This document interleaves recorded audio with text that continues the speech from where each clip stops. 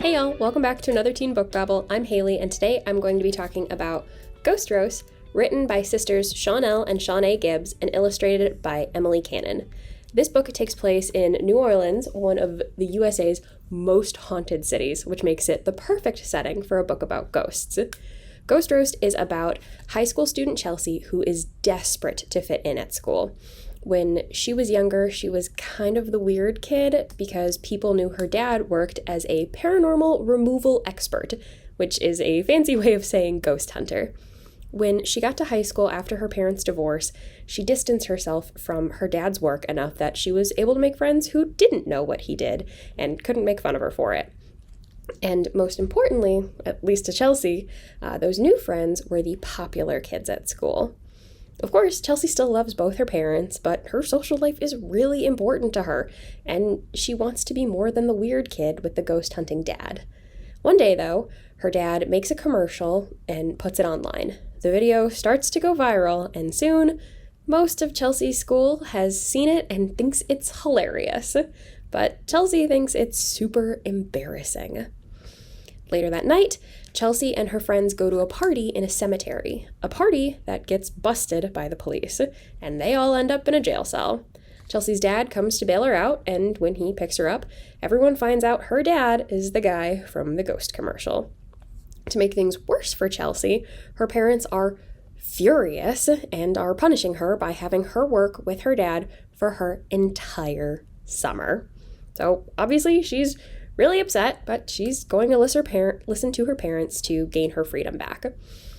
While working with her dad, she discovers that most of the jobs he goes on don't actually involve ghosts. It's a lot of animals hidden in attics that make funny sounds, and people think that it's ghosts. And that doesn't surprise Chelsea because she doesn't really believe in ghosts. Until they go to one of New Orleans' plantations. Her dad's ghost hunting devices start to go wild, saying that there are several ghosts around. And this is where Chelsea really starts to believe in ghosts. Not just because of her dad's tools, but because she can literally see the ghosts. And this place definitely has more than one. With her newfound power, Chelsea tries to talk to the ghosts and figure out why they're still around. She makes a lot of discoveries about the history of the plantation and the people who died there. She also realizes that not all ghosts are harmful, despite what her dad has told her. Now she's determined to help these ghosts the best she can. I really loved how Chelsea went from hating ghosts to trying to save them. The story is great, and the art is incredible. I highly recommend picking up this graphic novel. Ghost Roast is available in print at Fountaindale.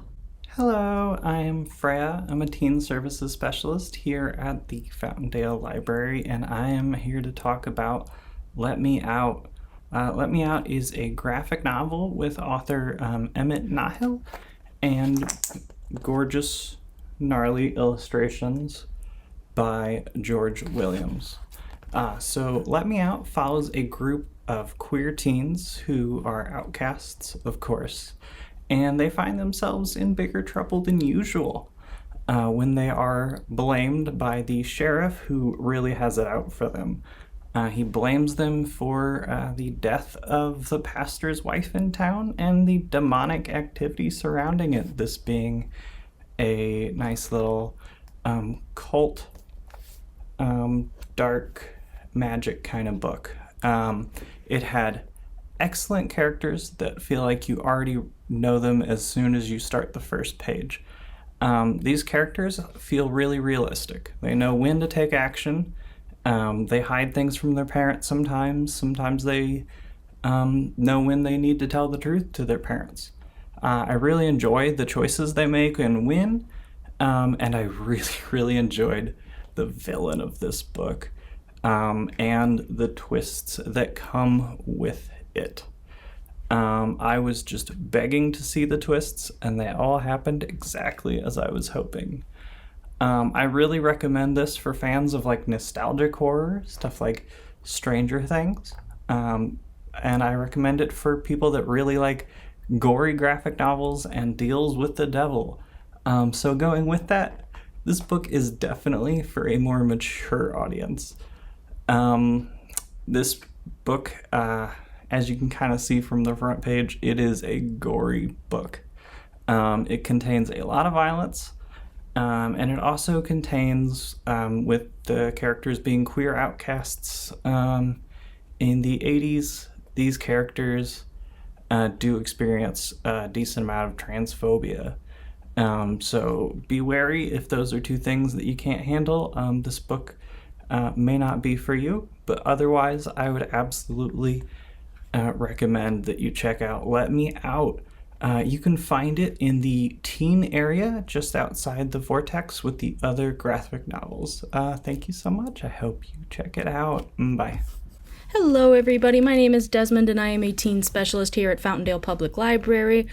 This month I read Pedro and Daniel by Federico Erebia, and this tells the story of Pedro and Daniel, who are both Mexican-American brothers growing up in 1970s in Ohio.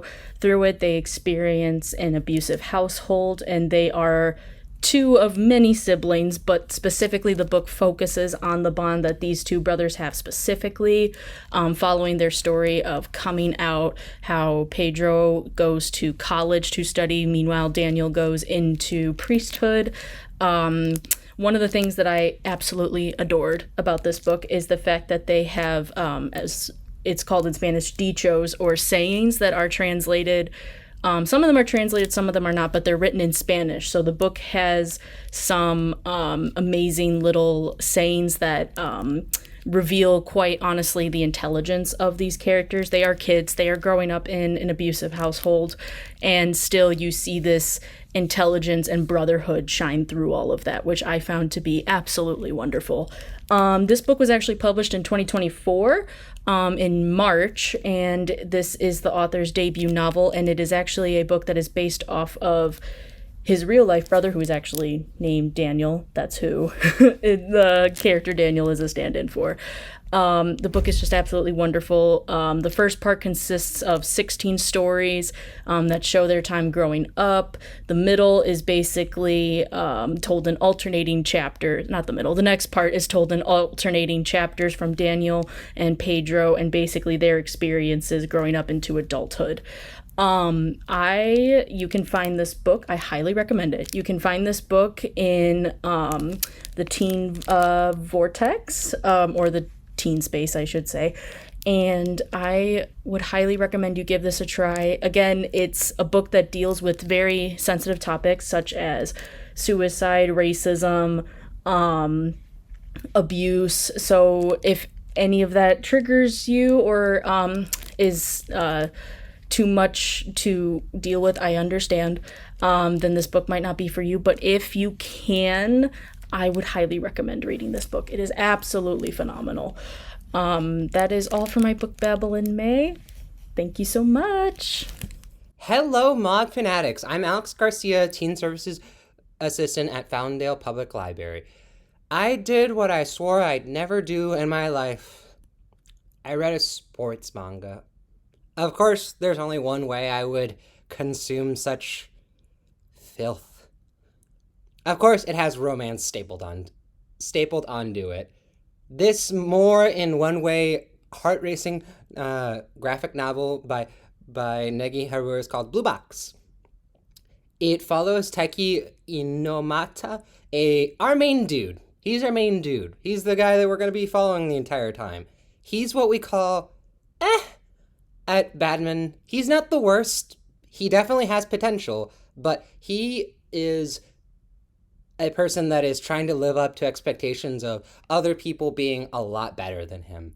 He's a hard worker, but even at a certain high school that's mixed between a middle school and a high school, there's someone who's even far past him in terms of going the extra mile to make sure that they're the best they possibly be.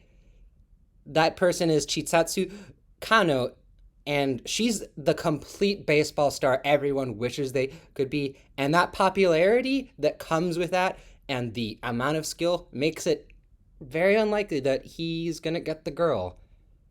That is until she winds up living at his home.